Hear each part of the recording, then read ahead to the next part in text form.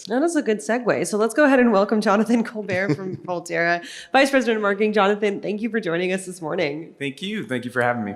Let's get into this a little bit. We're taking kind of a quick pivot from private equity into electrification, right? Yep. And Voltera is one of those companies, the first time I heard about you guys, I was like, this could be it. Like, this is smart. Tell us a little bit about Voltera and where you guys sit in the electrification space. Yeah, so Voltera is a little bit unique.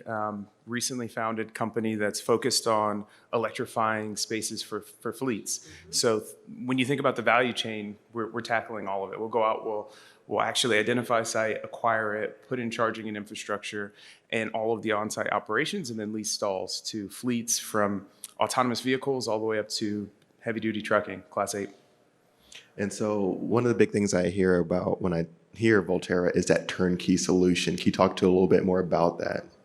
Yeah, so one of the biggest pain points right now within electrification, and this is kind of what brought me to Voltera and why I believe in the model, is charging to date has been tied to the site host, the site owner, right? So when we think about charging, we think about Tesla usually, right, in the supercharger network. We think about Electrify America and just bringing your own personal vehicle to a charging station. But for a fleet, operations will be reliant on the reliability of those chargers, and the location has to be really purpose built.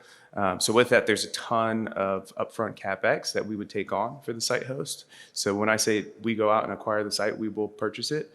Then we'll work with the utility and working through the interconnect and getting the appropriate amount of power to the site. And then we will install the charging and infrastructure and also other on-site amenities and services, which we can go into detail too. And then we would either lease or provide an as-a-service agreement to the end user to be able to access it. That upfront CapEx is something that really kind of hinders this electrification space, right? Because it's not cheap to install a charging network. It's not cheap to install a single charger on your property if that's the case, right? And when we talk about this, you often rely a lot on that public-private partnership to get things done, especially if you're talking about a big initiative, like a statewide initiative, right? When you talk about these types of partnerships, where do you guys sit in existing in that public-private space? Are you working with government entities trying to develop their electrification plan?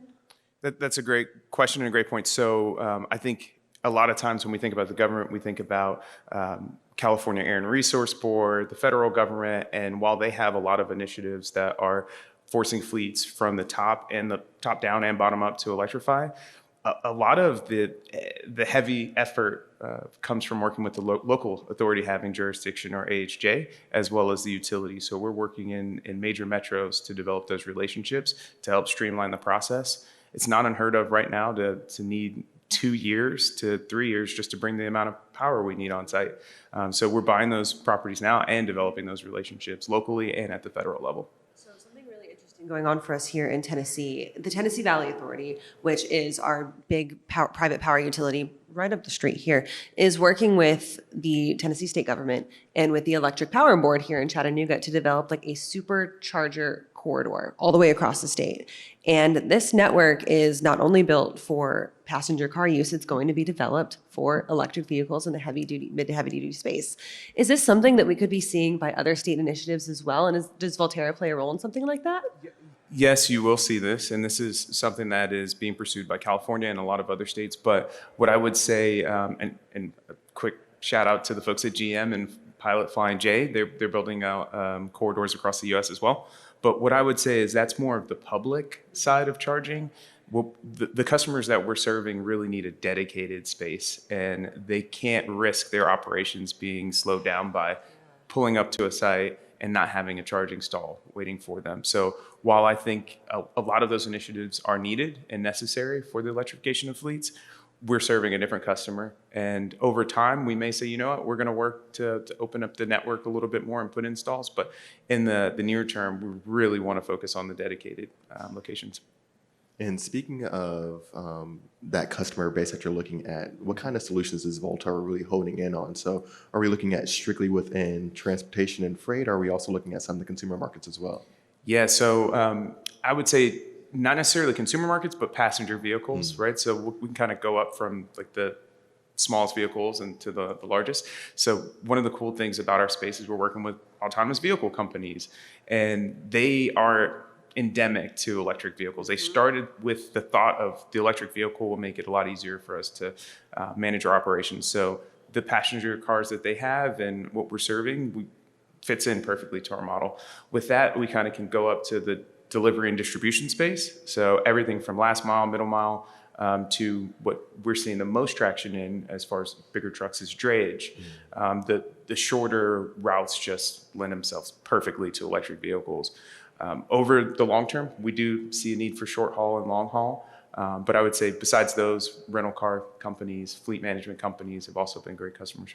So that dray space is like the perfect use case for private electrification, like what Voltera does, right? Especially in a state like California, where you talk about the port activity being so busy, couple that with the very progressive government standards in California, that is like the space for it. But oftentimes it's expensive. We know that. Fleets are like, man, I got to purchase these electric trucks, and they don't come with the charger and the infrastructure for the charger. Like, I feel like I'm getting ripped off here. Can you tell us a little bit about how you guys kind of bridge that gap and what it takes to get into a fleet and say, okay, you know what, you're purchasing these 15 electric trucks. Let's go ahead and dedicate this space, this infrastructure to you as well. Yeah, so we already are partnering with some of the auto manufacturers as well as the resellers of these electric fleets, so that they are aware of our services so they can kind of sell on our behalf as well. But when it comes to working with the specific fleet, the value proposition of Voltera is that you don't have to worry about that upfront CapEx. We'll go out, we'll develop the site, we'll purchase the location. And I would say right now we're developing a site in California, to your point, and it's really close to the port. Just the location alone and being able to electrify near their operations is a huge value add. And this isn't something that you can just spin up overnight. So we're actively purchasing more sites all across the US so that when these fleets are ready to say, okay, you know what, I'm going to put these hundreds of thousands of dollars down for these new vehicles, we're ready to say, here's your stall. You can either purchase the whole site and we'll develop a site for you, purpose built, or we can lease out specific stalls for you. And speaking of that, I mean, because as you said, it can't happen overnight. What do you see as the timeline within this industry, or where you guys sit in this industry over the next maybe 5 or 10 years? I think the mass adoption of electric fleets, like across all of these categories, we're at least a decade away. But I think we'll see in the next 2 to 3 years a lot of traffic. Voltera is one of many companies. You just spoke to a nice gentleman in the private equity space. We're getting a lot of investment. We have billions pledged towards this. So we're looking at sites, but there are also other companies looking at sites. I think the biggest determinant of this kind of the hockey stick right now will be vehicle availability, which the supply chain is getting a lot better and it is being sorted out, and then power procurement with the utility on site. And as I mentioned before, 18 to 24 months and it also is up as far as like 18 to 24 months is far up to 36 months to bring power to a site is what we're seeing. So I think really 2 years just to even get power on site and vehicles. And then after that, we'll start seeing that hockey stick. So start planning now for the end of the decade. Jonathan, thank you so much for joining us this morning to talk a little bit about Voltera. If folks want to get with you here at F3, where can they go to do that? We don't have a booth. We are here. We're walking, me and a colleague, Virginia. We're walking around. We will definitely be frequenting the Startup Alley as well as all the other demos. And if you want to look us up, we're at volterapower.com. There we go. Go ahead and give them a shout out. Jonathan, thank you one more time for being here with us today. Thank you for having me. Awesome. That's really exciting, Kaylee. So, like, of course,